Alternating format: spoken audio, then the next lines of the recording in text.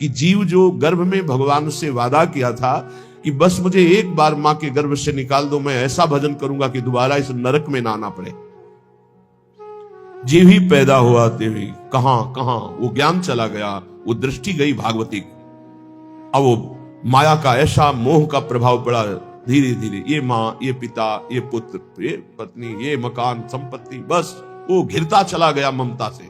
श्रीपाद कह रहे त्यक्त्वा सर्वान् गृह द्वार सकल गुणालंकृत स्त्री श्रुतादीन सर्वत्रात्यंत सम्मान नमथ महता सत्कुलाचार धर्मान माता पित्रोर्गुरुणामपि च नहि मनागाग्रहे कोमलात्मा यो या देव वृंदावनमय मखिलै स्तूयते धन्य धन्य। बहुत बार छोड़ चुके हो माता पिता पुत्र पत्नी परिवार धन संपत्ति, और तुमको याद भी नहीं है कि इसी सृष्टि में तुम्हारे कोई और हैं। हमारा नया जन्म हुआ, नया घर, नया मकान, नया सब, फिर मरोगे, फिर नया, फिर मरोगे, फिर नया। ये कब तक चलता रहेगा? नाना प्रकार की चिंताएं, नाना प्रकार के क्लेश, नाना प्रकार का संग्रह परिग्रह, फिर खाली हाथ यहां से वही पाप पुण्य कर्मों का बोझा लाद कर भटकते रहते हैं हम पूरी सृष्टि में, कभी ये योनि, कभी ये योनि। तो श्रीपाद कह रहे अगर मेरी बात समझ सको तो त्यक्त्वा सर्वान, इसके दो भाव है, एक है पूर्ण निवृत्ति मार्ग स्वीकार करो, और एक है उनमें रहते हुए राग का त्याग करो। राग का त्याग करते हुए घर गृहस्थी में रहने वाला भी सन्यासी ही है, और राग युक्त होकर विरक्त भेष में रहने वाला भी वो सन्यासी नहीं है। राग मुक्त ही सन्यास है। त्यागी किसे कहते जो राग मुक्त है। तो त्यक्त्वा सर्वान गृह द्वार सकल गुणालंकृत स्त्री श्रुतादि, इनका राग त्याग दो। दो प्रकार से होता है, एक गृहस्थी में रहकर भगवत भाव से समर्पित करके जीना, उसमें नाथ सकल संपदा तुम्हारी मैं सेवक समेत सुतनारी, और एक अब नहीं सहा जाएगा, अब इस जन्म में भगवत प्राप्ति ही करनी है, इसलिए मैं निवृत्ति मार्ग स्वीकार करता हूं। निवृत्ति मार्ग, मुझे अब कोई इसमें भाव नहीं रखना, मुझे रखना ही नहीं। ब्रह्म सत्यम जगन मिथ्या, मुझे इस मिथ्या में भाव ही नहीं करना। कोई बिरले के अंदर ऐसा त्यज लोक धर्मान, नहीं मुझे लोक धर्म स्वीकार करना। तो गृह द्वार सकल गुणालंकृत स्त्री सुतादीन त्यक्त्वा सर्वान। राजकुमार थे, नवीन पत्नी थी, नया पुत्र हुआ, और वैराग्य लेकर के महात्मा बुद्ध के रूप में प्रकाशित हुए। पूर्व चरित्र उनका। नवीन पत्नी श्री विष्णु प्रिया जी, वयोवृद्ध माता श्री सची जी, घर में दूसरा कोई नहीं, पूर्ण वैराग्य और संन्यास मार्ग महाप्रभु चैतन्य देव। वयोवृद्धा माता, कोई दूसरा पानी देने वाला नहीं, आद्य गुरु भगवान शंकराचार्य जी, परम त्याग वैराग्य की।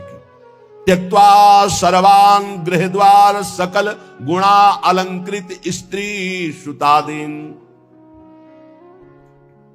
एक लाल स्वामी हुए हैं, ये अपने राधा वल्लभी नहीं। तो जब 7 भावरे फेरने को होता है, अब तो आचार्य सावधान सावधान, आज अब सप्त फेरे होने जा रहे हैं। आप जिस कन्या का पाणिग्रहण स्वीकार कर रहे हैं, आज जीवन इसका भार आपके ऊपर है। सावधान, इस सप्त वचन सुनिए। लाल स्वामी जी का भार मेरे ऊपर, मेरा भार तो हरि के ऊपर है। मुझे इस बंधन में अब नहीं बनना, मुझे तो हरि की प्राप्त। उनका लघु शंका लगी, उनका 7 फेरे के बाद बोले नहीं, छूट जाएगी। एक आदमी साथ दूल्हा के साथ, तो पहले बाथरूमों की व्यवस्था नहीं थी, बाहर जाना था। तो उन्होंने कहा यार कोई चल हम करके आ रहे हैं, कभी लौटे ही नहीं। बस भगवत बहुत बड़े महात्मा हुए। नाटक चल रहा है माया का। जब परम सत्य मार्ग का परिचय हो जाता है तो साधारण धर्मों की परवाह नहीं होती। त्यजलोक धर्मान सावै पुंसाम परो धर्मो यतो भक्ति अधोक्षजे। भगवान के चरणों में यदि भक्ति हुई तो वही परम धर्म माना जाएगा। अगर भक्ति नहीं हुई, भगवान से विमुख, तो ये सब करते हुए अनंत जन्म हो गए, कोई लाभ नहीं मिला। ये कुछ नहीं। अगर नाम जप नहीं है, भगवत समर्पण नहीं है, तो कल आपने सुना था कि वो निष्कर्म कर्म, वो निर्मल ज्ञान भी किसी काम का नहीं, जिसमें भगवत गुणानुवाद, भगवान नाम जप, भगवत आश्रय नहीं, सनकादि से बढ़कर कोई ज्ञानी नहीं। निरंतर हरिशरणम हरिशरणम। तो चाहे गृहस्थ में हो चाहे विरक्त में, इस जाल में ना फंसे कि ये मेरे हैं, ना तेरे थे, न तेरे हैं और न तेरे रहेंगे। बाद में तब परिचय आएगा जब समय नहीं होगा। गोस्वामी तुलसीदास जी बहुत सरल भाषा में वैदिक सिद्धांतों का वर्णन किया। श्रुत बनितादि जानि स्वारथ रत, ना करुणे सभी ते, अंत ही तो ही तजेंगे पामर, तू न तजय अब ही ते, मन पछितई है अवसर बीते। दुर्लभ देह पाए हरि पद भजू, करम बचन अरु जीते, मन पछितई है अवसर बीते। माता पित्रोर गुरुणाम पिचन ही मनागाग्रही, कोमलात्मा है अपने हृदय को कोमल मत कर। मोह मदिरा का पान करके पूरे जीवन को नष्ट करा देने वाली ये माया अपने आकर्षण में बांधकर तुम्हारा मानव देह नष्ट कर देगी। मत करना कोमल हृदय, वज्र के समान कठोर हृदय कर ले। राग का त्याग कर। अगर गृहस्थी में तो सबको भगवत स्वरूप मानकर शोक और मोह से ऊपर उठने के लिए नाम जप करते हुए, जो भी आपके पास ईश्वर है, पूरे परिवार की सेवा करते हुए भगवत समर्पण कर दो। राग मत करो। जो है उनकी परवाह नहीं, जो चले गए उनकी चिंता नहीं, बिल्कुल धर्म पूर्वक ईश्वर भाव से मुक्त हो जाओ। और वैराग्य का तो मार्ग ही सिंहवत और निराला है। इसलिए कह रहे हैं, सुंदर घर, सुंदर स्त्री, सुंदर पुत्र, संपत्ति, माता पिता, वयोवृद्ध गुरुजन, ये सब भगवत स्वरूप मानकर गृहस्थी में नाम जप करते हुए इनकी सेवा करो, मंगलमय। अगर ममता में फंस गए, मोह में फंस गए, तो पूरा जीवन निपटा देगी माया। न भजन होगा, न साधन होगा, न भगवत प्राप्ति की कोई बात होगी। पूरा इतना कीमती जीवन नष्ट हुआ, फिर मरे। कोई माता पिता पत्नी पुत्र परिवार साथ नहीं, तू फिर अकेला अपने वही मोह जनित पाप कर्म करके फिर नई योनियों में जाएगा, फिर भटकेगा।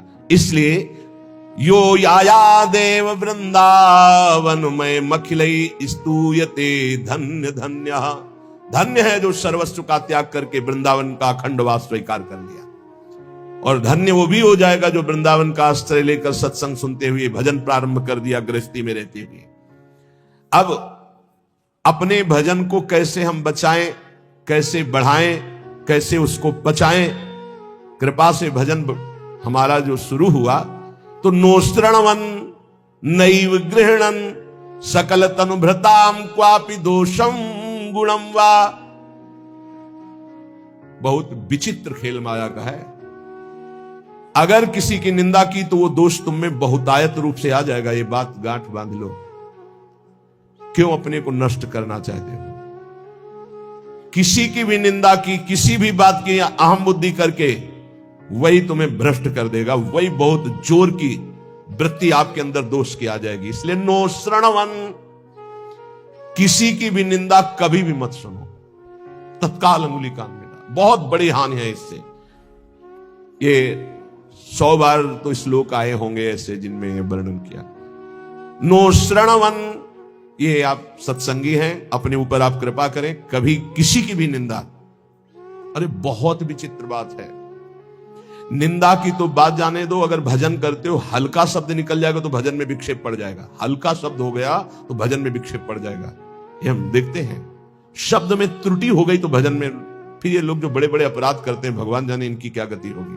कैसा इनका हृदय है कि ये मुस्कुरा रहे हैं अपराध करके। हल्का वचन निकल जाए जो सम्मान पूर्वक है लेकिन उनके यथायोग्य नहीं है, तो उसमें भजन में अंतर पड़ जाए। नो श्रणवन, एकदम आदेश कर रहे हैं, किसी की कहीं भी निंदा है जो कान में उंगली डालो। इसीलिए जीवन भर एक सूत्र रहा है, असंग। किसी से दोस्ती नहीं रही, क्योंकि जब अपनापन होगा तो खड़े होकर बात करेगा, एक की प्रशंसा करेगा, एक की निंदा करेगा। किसी से भी जरा सी प्रियता से बात कर दो फंस गए। सेवक जी महाराज बहुत सावधानी से कह रहे हैं, तब सुख हरिवंश गुण नाम रसना रटत, और बहुवचन अति दुख दानी। तभी सुख है जब हरिवंश के नाम और गुण को ये वाकेंद्री रटती रहे, ये रसेंद्री स्वाद लेती रहे, और कुछ बोले तो दुखदानी, निश्चित दुख में फंस जाओगे। नो श्रणवन, बिल्कुल ये नियम ले लेना चाहिए किसी की निंदा, और निंदा सुनने में मन बहुत राजी रहता है। अच्छा, और बहुत हर्षित होकर जैसे उसको राजपद मिलने जा रहा हो, ऐसे पूरे एकाग्रता, ऐसा ना वेदांत का सिद्धांत सुनेगा, ना भक्ति का सुनेगा, ना भगवान की महिमा। निंदा हो रही है तो खसक के और नजदीक पहुंच जाएगा। पुनः बोलो, हम सुना नहीं। और अच्छा ऐसा हुआ, और आगे क्या, पूरा रसा स्वादन उसमें डूबे चले जा रहे हो। ये नहीं पता कि ये हमारे सारे पुण्य नष्ट करके नरक का रास्ता बन रहा है। नो श्रणवन नैव ग्रहणन, सुनाई पड़ गया तो स्वीकार ही नहीं करना कि वो दोषी है। नहीं नहीं, भगवान जिसको जैसे चला रहे हैं चल रहे, पूरी सृष्टि उन्हीं के चलाए चल रही। यंत्रारूढ़ानि मम माया, नहीं नहीं, मुझे तो भगवान की दिव्य लीलाओं में जाना है, माया जनित लीलाओं के गुण दोष नहीं देखने।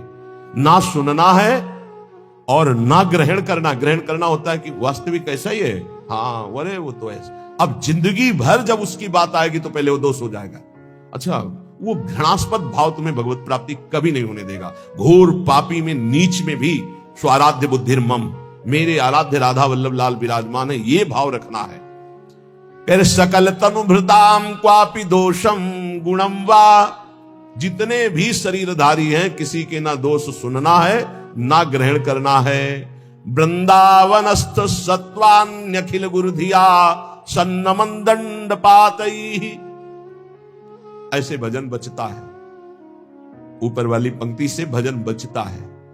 परदोष दर्शन, परदोष वर्णन, परदोष श्रवण और परदोष चिंतन, ये सर्वनाश कर देता है। सर्वनाश सच्ची मानिए।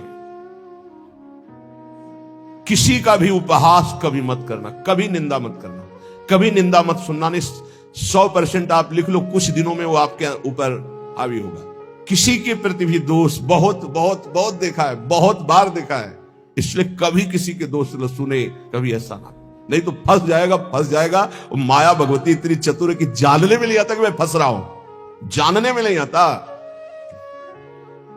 और वृंदावन में तो कभी भूलकर किसी के प्रति दोष न करे, क्योंकि लाडली जी ने पसंद किया, उसको रखा है, तो फिर हमें दोष करने की क्या सामर्थ्य है। जब लाडली जो मुझ जैसे नीच को वृंदावन में रखे हैं तो उसको वृंदावन में रखे, तो हमारा अधिकार कैसे जब हम अपने को देखते हैं तो हम बड़े अधिकारी थोड़ी है वृंदावन वास के। हम पर जब कृपा हुई तो उन पर भी कृपा हुई, तो जब उन पर कृपा होगी पूरी तो वो भी महात्मा बन जाएंगे। हम दोष दर्शन क्यों करें। तो वृंदावनस्थ सत्वान्यखिल गुरुधिया सन्नमन दंड पातई, अगर वृंदावन के किसी भी बासी पर दोष दर्शन हो जाए तो प्रणाम दंड पातई, वो जाने या न जाने दूर से प्रणाम कर, हे प्रभु मेरे से गलती हो गई, क्षमा करो प्रभु, मैं आपकी महिमा को नहीं जानता। ऐसा पक्का समझ लो, नहीं भजन क्षीण हो जाएगा, भजन नष्ट हो जाएगा। जो त्यक्ता शेषाभिमानो, सब अभिमान छोड़ करके निर्वधि परमा किंचन कृष्ण राधा, श्यामा श्याम की आराधना के लिए दैन्य भाव अत्यंत आवश्यक। किसी भी तरह का कोई अभिमान नहीं होना चाहिए। त्यक्त्वा शेषाभिमानो, कोई भी अभिमान शेष नहीं है, रूप का, जवानी का, सब इन शरीरों का अभिमान, यौवन, बाहुबल बहुत विचित्र है। कुछ भी हो जाए तो जीव का ऐसा गलत स्वभाव पड़ गया, वो अभिमान कर लेता है। हम अपने आप तो बहुत छोटे हैं। भगवान शंकर तांडव कर रहे थे तो 2 तालियों से ऐसे बाणासुर ने ताल मिलाई, भगवान शिव प्रसन्न हो गए, कहा शास्त्र वाह, 1000 भुजा वाला हो, महान बलशाली विक्रम भगवान शिव की कृपा। अब 2 भुजाएं तो अगर सही ढंग का स्वास्थ्य हो तो फिर खुजली संभलती नहीं, बल्कि भगवान शिव का कृपा पात्र 1000 भुजाएं, तो जिस पर्वत में मारे चकनाचूर, जाके दिग्गजों को ललकारा, भाग पड़े, कोई उसके सामने नहीं। काफी समय विचरण करने के बाद भगवान शंकर के पास आए, कहा जगत गुरु, आज दूसरी तरह से प्रणाम था। भगवान शंकर ज्ञान समुद्र, बोले गुरु खुजली हो रही भुजाओं में। बोले मतलब? बोले आओ, आप ही आओ, हमारे बल दिया है, 1000 भुजा है, तो आपसे युद्ध करना चाहता हूं। मुस्कुरा दिए। भगवान ने कहा एक माली भी जिस पौधे को सजाता है उसको उजाड़ता नहीं, तुम्हारी भुजाओं की खुजली मैं तो नहीं मिटाऊंगा, लेकिन मेरे समान बलशाली आकर मिटा देगा। तो जब प्रद्युम्न पुत्र अनिरुद्ध और उषा जी का बड़ा एकांतिक मार्मिक प्रसंग है कि उषा जी ने स्वप्न में देखा अनिरुद्ध जी को पहली बार। अब वो विकल, ना उनको भोजन अच्छा लगता, ना नींद अच्छी लगती। तो जो उनकी परिचर्या में वो 9 कुमारी थी, आसपास राज सैनिक वयोवृद्ध या जो स्त्री पुरुष दोनों नहीं है उनको लगाया जाता था। राजकुमारियों के महल की सुरक्षा में वयोवृद्ध, अनुभवी या जो स्त्री पुरुष दोनों नहीं उनको लगाया जाता था। तो ऐसी व्यवस्था में उनके पास सखियां सेवा में रहती थी। कभी कभी कोई सूचना मिलने पर बाणासुर के, अब उषा जी को इस तरह विक्षिप्त देख करके ना भोजन ना नींद ना बल, तो उनकी एक बहुत प्रिय सखी चित्रलेखा थी जो बड़ी योगिनी थी, शक्ति संपन्न थी। उसने कहा, सखी मेरी सखी होते हुए तुम इतना उदास, बोलो ना, कोई ऐसा विषय है जो गुप्त विषय और तुम बता नहीं सकती, वही तुम्हें इतना विक्षिप्त कर रहा है। मैं समझ रही हूं कोई विषय तो है।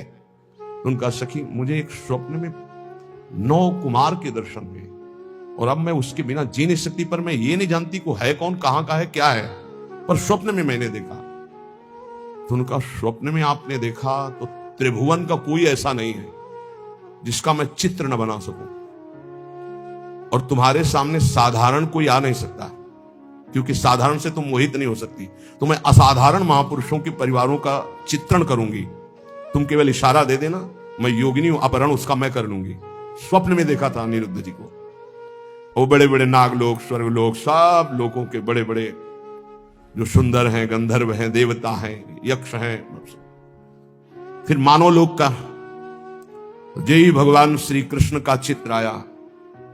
मुस्कुराए, बोले बस कुछ मिलता जुलता ऐसा ये तो नहीं है प्रद्युम्न जी, बस कहा बिल्कुल नजदीक पहुंच चुकी हो, मिलता जुलता ही चित्र है बिल्कुल। और जे ही अनिरुद्ध जी का आया सो रो पड़ी, बोले यही मेरे चित्त का अपहरण करने वाला। बोले बहुत बड़ी जगह तुम्हारा स्वप्न होगा, आसक्ति हुई है, पता है द्वारिकाधीश भगवान श्री कृष्ण के ये नाती है अनिरुद्ध जी। सुदर्शन चक्र का रात दिन पहरा रहता है द्वारिका में, किसी का भी प्रवेश नहीं। बहुत महान जगह तुम्हारी आसक्ति हुई, पर मैं अपने प्राण त्याग कर भी सखी तुम्हें मुस्कुराते देखना चाहती हूं। उनका, अगर मुस्कुराते देखना चाहती तो इनसे मिलवा दो। स्वप्न में देखा था।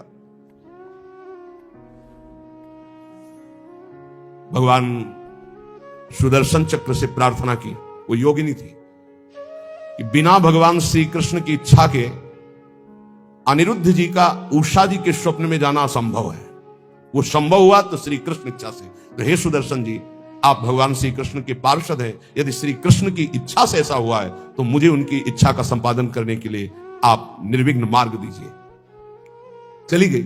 सुदर्शन जी ने बादल पहुंच पलंग से उठा लिया अनिरुद्ध जी को। योगिनी थी, महल में राके उषा जी ने देखा, जो मेरे स्वप्न का विषय थे वो साक्षात गले लग गई चित्रलेखा जी की और कहा, तुम धन्याति धन्य मुझे कर दे।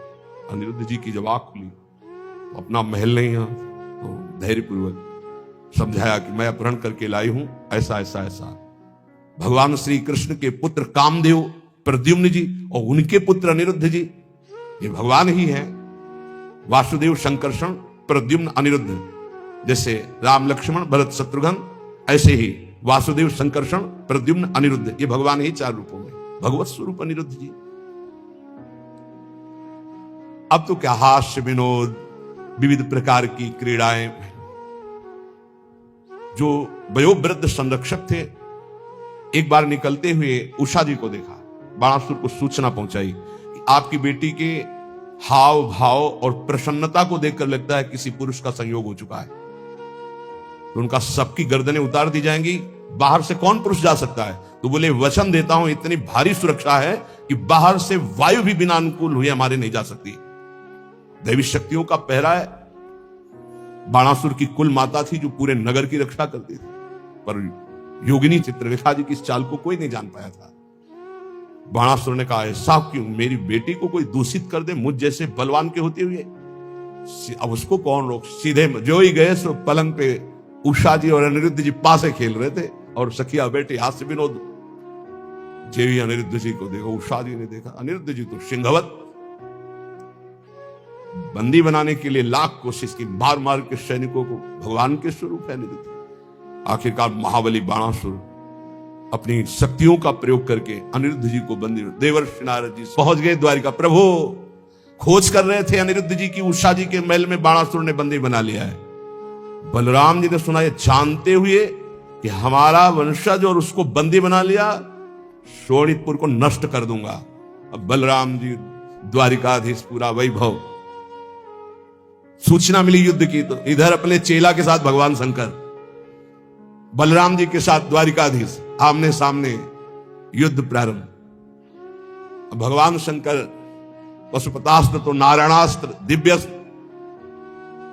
भगवान श्री कृष्ण ने इशारे से कहा कि आप ही का तो रचा हुआ सारा खेल अपने चेला की भुजाओं की खुजली मिटाने के लिए आपने ही तो हमें बुलावा दिया है।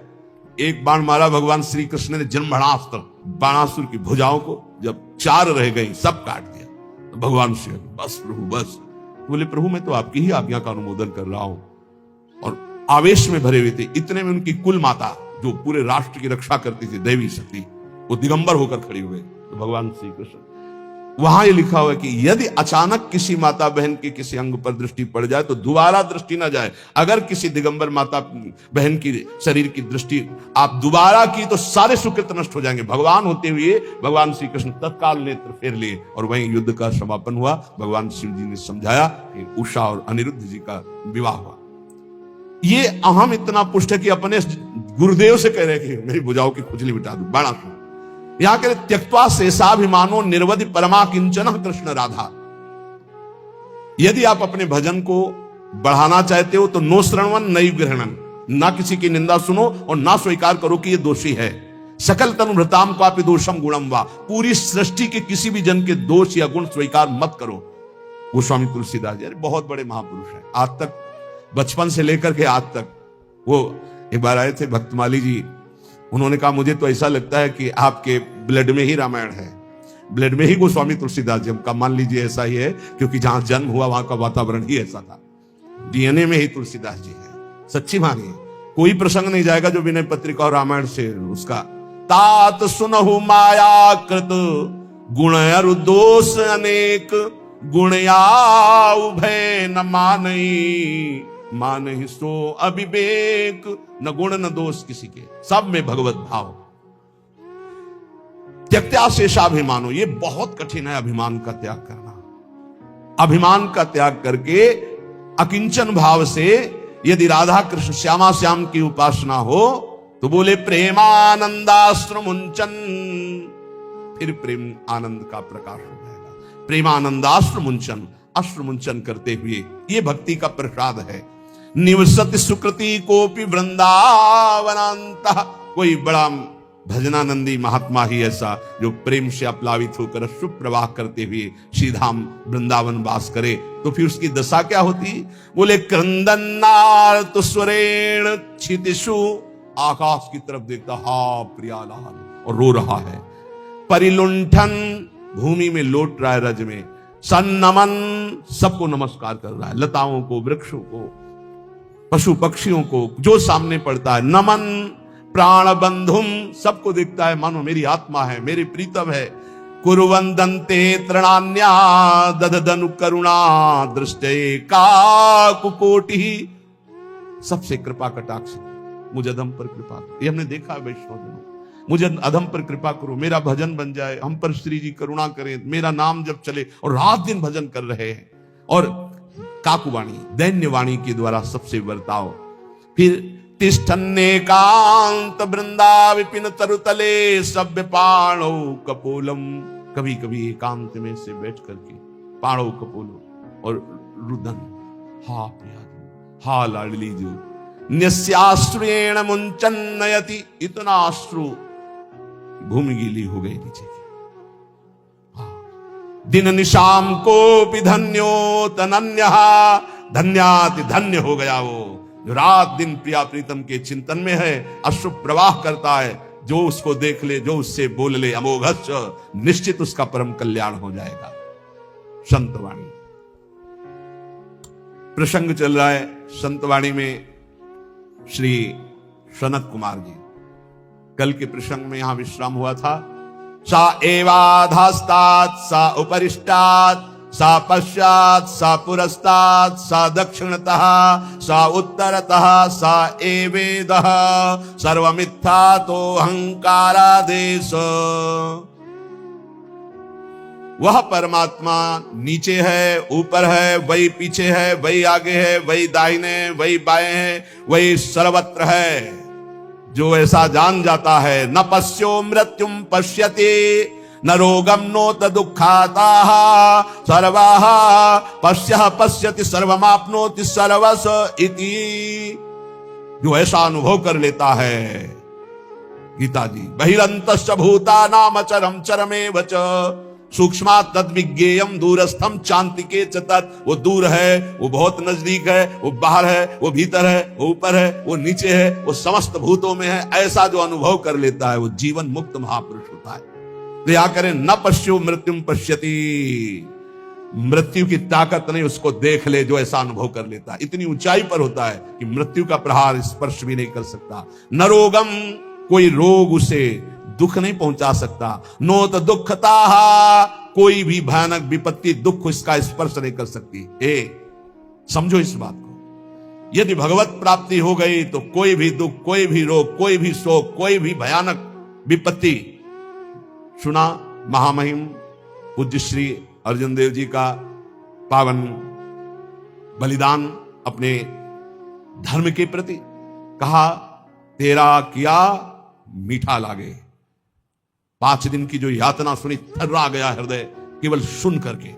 और वो महापुरुष की मुस्कुराहट में कोई अंतर नहीं। न पश्यो मृत्युम पश्यति न रोगम नोत दुखताः सर्वाः पश्यः पश्यति सर्वमाप्नोति सर्वस्व इति। वेद कहता है मृत्यु भी उसे देख नहीं सकती। कोई रोग, कोई शोक, कोई विपत्ति, कोई संकट, कितनी बड़ी बात है। तेरा किया मीठा लगे, हरिनाम पदारथ नानक मांगे।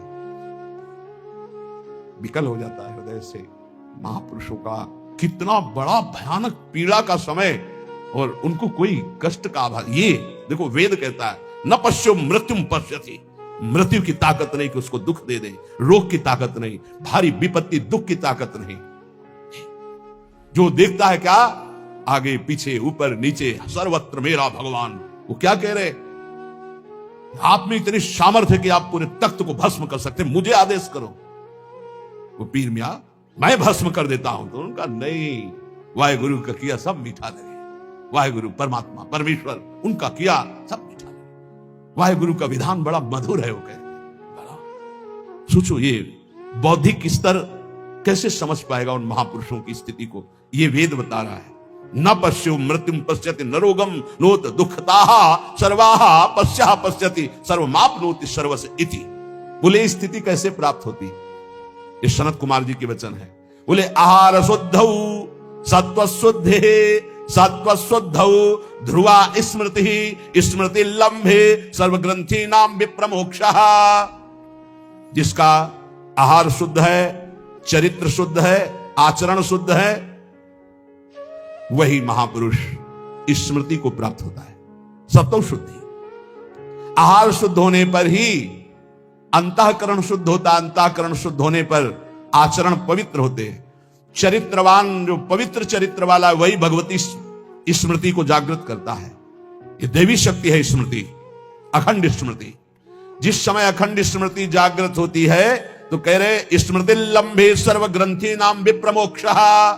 समस्त ग्रंथियां छिन्न भिन्न हो जाती हैं और वो जीवन मुक्त महापुरुष हो जाता है। इसलिए इन कामों से दूर रहो। निवृत्ति ही श्री सनत कुमार जी का उपदेश, निवृत्ति कर्मणः पापात् सततम पुण्यशीलता सदवृत्ति समुदाचारः श्रेय एतदनुत्तमं मानुष्यम सुखम प्राप्य यह सज्जाति समुह्यति नालम सदुख मोक्षाय संगो वै दुख लक्षणाः। भूल कर भी कोई पाप कर्म मत करना, नहीं तो ये नष्ट कर देगा। कोई और नहीं, तुम्हारा पाप कर्म ही तुम्हारी बुद्धि में बैठकर या अन्य की बुद्धि में बैठकर तुम्हें दंड दे देगा। सदा सत्कर्म करो, सदाचरण करो, पाप कर्म से डरो। सनत कुमार जी कहे साधु पुरुष जिसे आदेश करते हैं कि ये करना चाहिए, वही बर्ताव पुण्य कहलाता है, और जिसे कहा जाता है ये नहीं करना चाहिए वही पाप कहलाता है। उत्तम आचरण करने वाले बनो, सदाचार पालन करो। जहां सुख का नाम नहीं है, ऐसे मानव शरीर को पाकर विषय भोगों में रत जो होता है वो अज्ञान में डूब जाता है। विषयों का संयोगी सीधे नरक गमन। त्रिविधम नरकस्येदं द्वारम नाशन्मात्मनः कामः क्रोधः तथा लोभः तस्मादेत्रयम् त्यजेत्। काम, क्रोध, लोभ, मद ये सीधे नरक पहुंचाते हैं। सीधे कामः क्रोधः तथा लोभः। गोस्वामी जी कह रहे काम, क्रोध, मद, लोभ सब ये नाथ नरक के पंथ, यही रास्ते हैं, ये नरक पहुंचा देंगे। इसलिए इस मानव शरीर को पाकर विषय भोगों में जो आसक्त होकर अज्ञान मोह में डूब करके अपना समय नष्ट कर देता है, वो कभी दुख से छुटकारा नहीं पाता है। इसलिए नित्यम क्रोध तपो रक्षेत् श्रियम रक्षेत् च मत्सरात् विद्याम मानवा मानाभ्याम आत्मानं तु प्रमादतः। मनुष्य को चाहिए, साधक को चाहिए कि जब उसका भजन बढ़ता है तो उसके भजन को नष्ट करने के लिए, तप को नष्ट करने के लिए क्रोध बहुत बढ़ जाता है। इसलिए क्रोध के द्वारा अपने भजन और तप की रक्षा करे, क्षमा के द्वारा। जहां क्रोध हो तो समझ लो भजन तुम्हारे नष्ट करने के लिए ये लीला की गई है माया के द्वारा। क्षमा कर दो, चुप हो जाओ, शांत हो जाओ। कल एक उपासक बहुत अच्छे सुलझे हुए, उनका जब कोई हमें ज्यादा सताता है तो हम ये कह देते हैं देख लेना श्री जी तुम्हें देख लेंगे। और फिर बोले जो उसकी दुर्दशा होती तो थोड़ा अच्छा लगता है कि हाँ भगवान हमारी सुनते हैं। हमका गलत भैया गलत, सब मिटिया मिट हो रहा है। ये जो साधन भजन करो सबका प्रयोग हो रहा है, तुम्हें आनंदित नहीं होना, तुम्हें रोना है कि ऐसा क्यों हो रहा है। तुम्हें प्रार्थना करनी कि हे प्रिया जो यदि मेरे मन में भी आ जाए तो इसको दंड मत देना, तब तुम्हारा भजन बचेगा। अगर ऐसे आनंदित होने लगे ना तो भजन भी नहीं होगा, आगे उल्टा आप पे आना शुरू हो जाएगा। तब सोचोगे कि भगवान तुम्हारी सुनते नहीं। नित्यम क्रोध तपो रक्षेत्, अपनी रक्षा तपस्या और भजन की क्रोध से कर लो, नहीं ये नष्ट कर देगा। क्रोध ऐसा होता है जब गुस्सा आती तो बाहरी गुस्सा हम अगर रोक लेते हैं तो अंदर से चलने लगता है कि ठीक है हम तो कुछ नहीं बोल रहे, पर हम जिनकी आराधना कर रहे हो तुम्हारे देख लेना पक्का हो जाएगा, पर तुम्हारा भजन चला जाएगा। ये बात तो यहां कह रहे कि नित्यम क्रोध तपो रक्षित संयम। जहां कहीं भी साप दिया है किसी ऋषि ने तो उसी समय वहां लिखा मिलेगा कि वो तप के लिए, जैसे देवर्षि नारद जी ने जेवी नलकूबर मणिग्रह को श्राप दिया कि तुम वृक्ष योनि को, उसी समय फिर वो बद्रिकाश्रम के लिए लिखा कि तप के लिए चले गए, क्योंकि तप उधर लगा तो पूरा करो चल के उसे।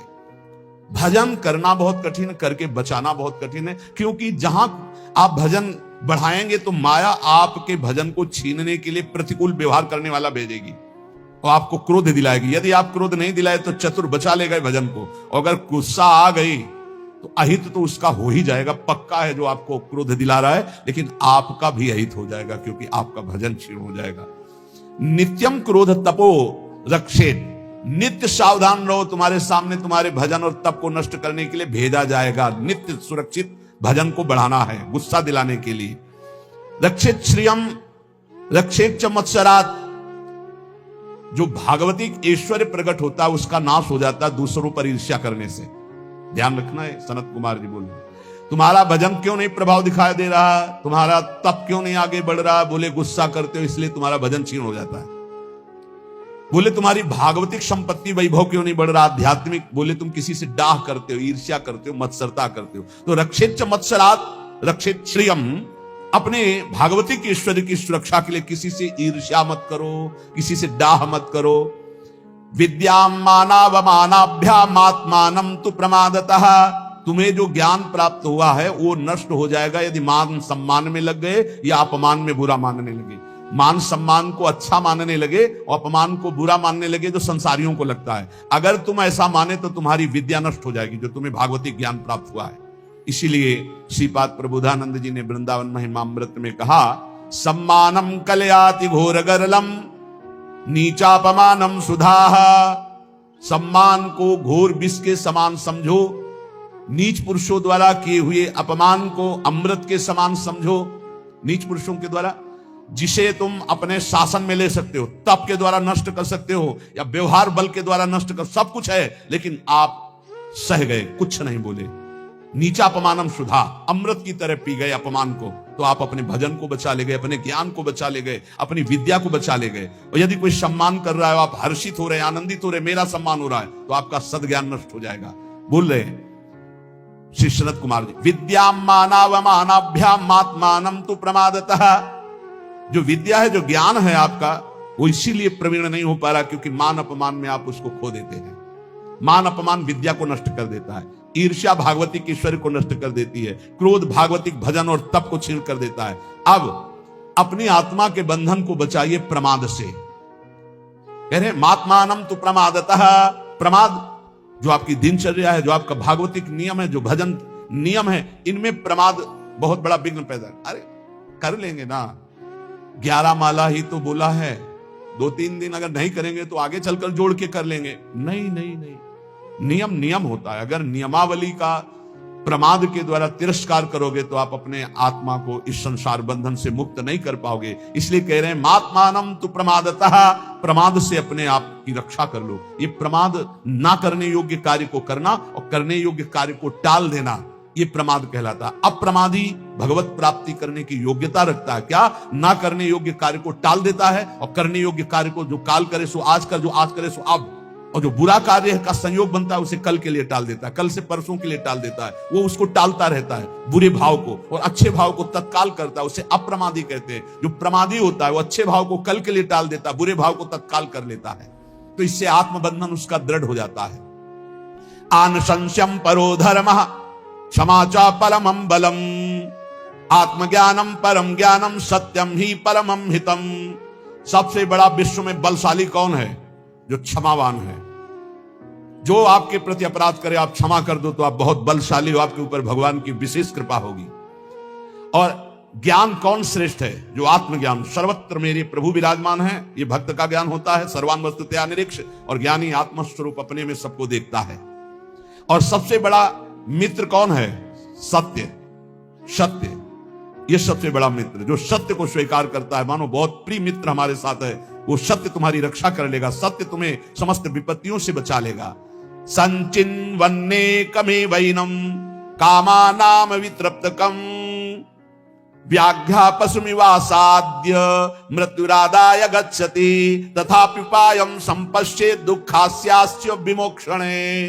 अय उपासक तू ऐसा समझ, सनत कुमार जी कह रहे हैं, जैसे नवीन नवीन घास को देख करके हिरन और हिरनी खूब चरते हैं और विलासिता में मगन हैं, उनको पता नहीं कि व्याघ्र उन पर निशाना लगा चुका है, सिंह उन पर दृष्टि रखे है और अचानक आकर उनको दबोच लेता है। वो अतृप्त रहते हैं, हरी हरी घास चलते हुए हिरनी के साथ भोग विलासिता में अतृप्त ही मृत्यु रूपी दंड उन्हें प्राप्त हो जाता है, सिंह उन्हें फाड़ देता है। ऐसे ही तू जो भोग विलासिता में नए नए भोगों की चाट में मगन है, काल रूपी सिंह तेरे पर निशाना लगाए और तुझ अतृप्त को मृत्यु दंड देकर हटा देगा, इन सब से हटा देगा। इसलिए सावधान। श्री सनत कुमार जी कह रहे, जो नाम जापक है अगर ये 10 अपराध करता है तो नाम का फल उस पर प्रकाशित नहीं होता।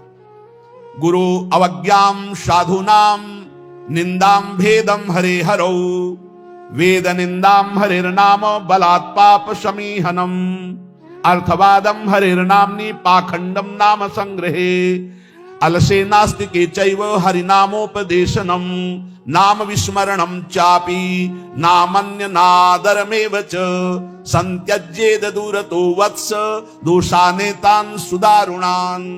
हे वत्स, इन 10 अपराधों से बच गए तो नाम तुम्हें भगवत प्राप्ति करा देगा। अगर ये 10 अपराध हैं तो ये दारुण अपराध नाम का प्रकाश नहीं होने देते। पहला, नामदाता गुरु का अपराध, उनकी अवज्ञा, उनका अनादर। गुरुर अवज्ञा पहला अपराध है। जो नामदाता गुरु की अवज्ञा करता है, चाहे जितना सर के बल खड़े होकर के साधन कर लो, वो मंत्र और नाम सिद्ध ही नहीं हो सकता, क्योंकि मंत्रदाता का अपराध करने वाले के हृदय में कहीं मंत्र प्रकाशित होता है। एक प्रसंग आता है ब्रज के भक्तों में, गुरु मंत्र लिया और गुरु सेवा में कुछ दिन रत रहे, तो कुछ ऐसा उनके अंदर भाव है कि एकांत में भजन करें। सब क्या है, सेवा वे सब भजन में एक दिन उनके गुरुजी ने उनके पास सूचना भेजी कि आ जाओ, बहुत हो गया। और गुरुजी कुछ दिन में पधार गए। सारा भजन साधन सब खत्म। अब उनके सारांश में बताया तो बहुत बड़ा उनका प्रसंग, बहुत व्याकुलता हुई उनकी। सब संतों से, बड़े बड़े संतों से पूछा, बिल्कुल ऐसी बहिर्मुखी स्थिति, कोई भजन नहीं, कोई। उनका गुरु अवज्ञा हो गई, गुरु अपराध हो। बोले अब कैसे? गुरुजी तो पधार गए। बोले बिना गुरु कृपा के अब कुछ नहीं होने वाला। आसन लगाओ गुरुदेव का, आवाहन करो, भूख प्यास सहते हुए खूब रो चिल्लाओ। जब गुरुजी इस पे प्रकट हो जाए आसन पर, वो संभाल ले तो संभाल ले, जीवन व्यर्थ चला गया। ऐसा कैसे हो सकता है कि मंत्रदाता का अपमान करके कोई मंत्र सिद्ध कर ले या संसार में चला जाके सुखी हो जाए? कभी नहीं। संसार में भी जाता है तो गुरुजनों की आज्ञा, गुरुजनों का आशीर्वाद। जब ब्याह होता है तो गुरुजनों का आशीर्वाद, आचार्य का आशीर्वाद, देवी देवताओं का पूजन बड़ा मंगलमय होता था। इसीलिए अब आज का जो जीवन गृहस्थी का बड़ा संकटपूर्ण जीवन है, क्योंकि ना तो आचार्यों का आशीर्वाद है, ना गुरुजनों की सलाह है, ना भगवत मनमानी आचरण, बेविचार प्रवृत्तियां बढ़ रही हैं, तो कौन इन सब बातों को माने? नाम जापक के लिए सबसे पहला अपराध है गुरूर अवज्ञा। अपने मंत्रदाता गुरु की अवज्ञा कर देना, गुरु का अपमान कर देना। कोई गुरु को ऐसे थप्पड़ थोड़ी मारता है, कोई गुरु को ऐसे थोड़ी। गुरु अवज्ञा का मतलब उनकी रुचि के प्रतिकूल चल देना, अपनी रुचि रखना। अच्छा, गुरु अनंत माताओं जैसा वात्सल्य रखते हैं, वो चुपचाप सहन करते हैं। उनका सहन करना तुम्हारे लिए बहुत हानिकारक है। वो सहन ना करें, कृपा करके हमें दंड दे दे, ये हमारे लिए मंगल विधान है। हमसे कोई गलती हो जाए तो गुरु सहन ना करें, श्री जी ऐसी कृपा करें कि हमको कटुवचन बोले, हमें दंड विधान कर दे, हमारे ऊपर शासन लागू कर दे, ये करुणा होगी। और अगर वो मौन रहकर चुपचाप सह रहे तो हमारा सर्वनाश है। कि हम समझ रहे हैं हमारे गुरु जी प्रसन्न है और वो अंदर से वो जल रहे हैं इस बात से कि ये भगवत मार्ग के विमुख आचरण कर रहा है और मेरी बात नहीं मान रहा, अब मेरा अधिकार कैसे इस पर लागू हो सकता है, ये तो मान ही नहीं रहा। बस ये अवज्ञा होती सबसे। तेन वचन मानत गुरु द्रोही, निस्दिन करत आपनो भायो। तो इत व्यवहार न उत्पर, तुम्हारा व्यवहार भी नहीं बच सकता और परमार्थ भी नहीं बन सकता। व्यवहार बच नहीं सकता और परमार्थ बन नहीं सकता। इत व्यवहार न उत परमार्थ, बीच ही बीच जन्म गमायो। दूसरा, साधु नाम निंदाम। किसी भी नाम जापक वैष्णव संत की कभी भी निंदा ना करे। ये नामापराध है। सबसे पहला है गुरु अवज्ञा, दूसरा है साधु नाम निंदाम। और भेदम हरे हरो, भगवान शंकर और हरि में भेद न करे। वही हर है, वही हरि है, वो परस्पर एक लीला करते हुए विराजमान है। हरि और हर में कोई भेद नहीं, पक्का भेद नहीं। पहला गुरु अवज्ञा, दूसरा साधु नाम निंदाम, तीसरा भेदम हरे हरो, और चौथा है वेद निंदाम। वेद भगवान का वांग्मय स्वरूप है, किसी की रचना नहीं है। भगवान वेद व्यास जी ने वेद का विभाग किया है। वेद की रचना तो स्वयं वेद प्रकाशित हुए हैं। वेद की रचना किसी ने नहीं की, स्वयं वेद प्रकाशित अपौरुषेय है। ये किसी के द्वारा लिखे नहीं हुए, स्वयं जैसे भगवान प्रकट हुए ऐसे वेद भगवान प्रकट हुए हैं। वेद की निंदा करने का अधिकार किसी को नहीं है।